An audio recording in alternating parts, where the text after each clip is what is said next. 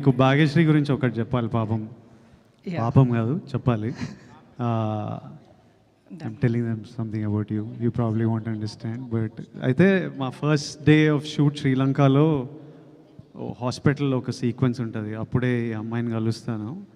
నాకు ముందు రోజు సీన్ పేపర్, ఆ నెక్స్ట్ డే సీన్ నాకు కావాలి. ఆ సీన్ పేపర్ చదివిన అమ్మాయికి పెద్ద సినిమా శ్రీలంకలో ఉంది కాబట్టి సిన్హలీస్లో ఏదో పెద్ద డైలాగ్ ఉంటుందన్నమాట. తర్వాత నేను సిన్హలీస్లో ఏదో రిప్లై చేయాలి.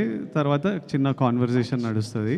నేను అమ్మాయి 6-7 లైన్లు చదవంగానే పిల్లకి తెలుగుయే రాదు, ఇప్పుడు సిన్హలీస్ ఏడ నేర్చుకొని వస్తుంది, రేపు చాలా టైం పడుతుంది ఈమె నేర్చుకునే వరకు అని నా డైలాగ్ నేర్చుకోకుండా వెళ్ళిన సెట్కి. రేపు ఆమె నేర్చుకునే టైంలో నావి 2 లైన్లు అవి నేర్చేసుకుంటా అని వెళ్ళి సెట్లో దిగి గౌతమ్ యాక్షన్ అనగానే టప సినలీస్లో మాట్లాడేసి, so she is that well prepared and put her complete effort into performing and she did a great job in the film. Now మీ క్వశ్చన్ భాగ్యశ్రీకి, డార్లింగ్ మీ క్వశ్చన్.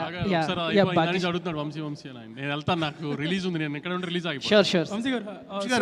ఒక చిన్న క్లారిటీ. వంశీ గారు సార్, ఒక చిన్న క్లారిటీ. ఇందాక లక్ష్మి గారు అడిగారు పిఆర్ఓల గురించి ఒకటి. అంటే నేను పిఆర్ఓ అసోసియేషన్ సెక్రటరీగా నేను మాట్లాడుతున్నా, ప్లస్ జర్నలిస్ట్ నేను. మీరు అలా అనటం వల్ల పిఆర్ఓలు అందరూ హట్ అయ్యారు. అంటే మీరు ఎవరినైతే టార్గెట్ చేశారో వాళ్ళని డైరెక్ట్ పేరు చెప్తే బాగుండేది. పిఆర్ఓ వ్యవస్థను నిందించారు. నేను ఒక సెక్రటరీగా, పిఆర్ఓ సెక్రటరీగా అడుగుతున్నాను, ప్లస్ నేను జర్నలిస్ట్. సినిమా రిలీజ్ హడావిడి అయిపోయిన తర్వాత పిఆర్ఓ మన